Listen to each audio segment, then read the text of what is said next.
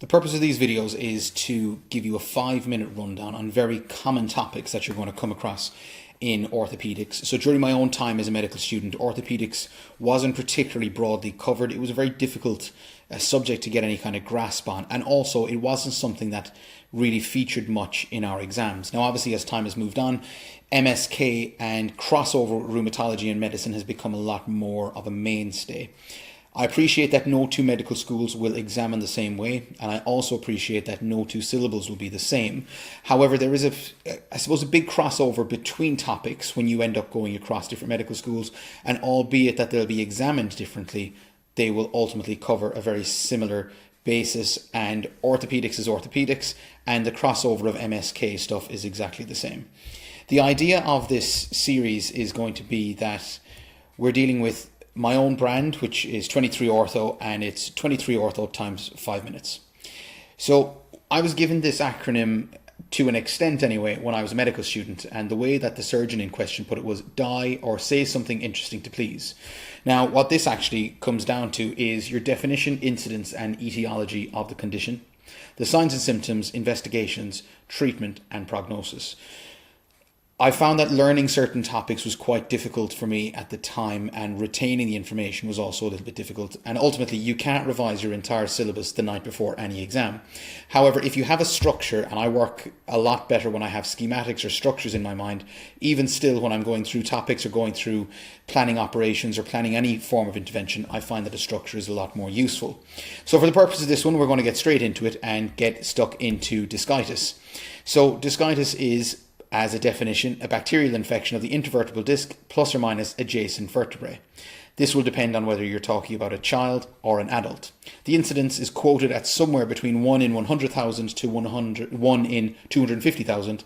This depends on the socioeconomic background. Lower economic areas will have a much higher incidence again, and it's obviously to do with immunocompromise and immunosuppression. The etiology is that it's hematogenous, and it spreads from other sites. You will very rarely have any form of like a focus of infection directly at that level.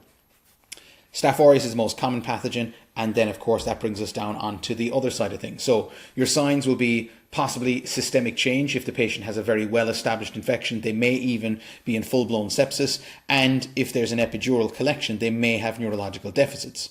The symptoms they might complain of will be back pain, rigors, neurological compromise, possibly an ongoing malaise and general lack of energy. Investigations will be baseline bloods, blood cultures are vital, X-ray of the spine if you can focus on one level that's painful, MRI of the whole spine is needed. Ideally, you won't give them the IV antibiotics until you've got the blood cultures on board, but if the patient is septic, obviously all bets are off. You give them the antibiotics and you go with the sepsis 6. Because Staph aureus is the most common pathogen, fluclox will be the most commonly given agent. However, you will need to have some input from the MDT in the form of infectious diseases and or microbiology, depending on your local region. Decompression if there's an epidural abscess, but generally the care of this is medical in its nature and not surgical.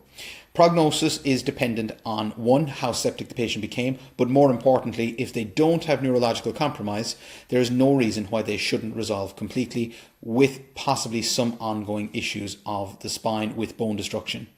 If they do have neurological compromise, it's the same as any other neurological compromise. How quickly did you identify it? How quickly did you decompress it? And also it depends on how much of a deficit there was.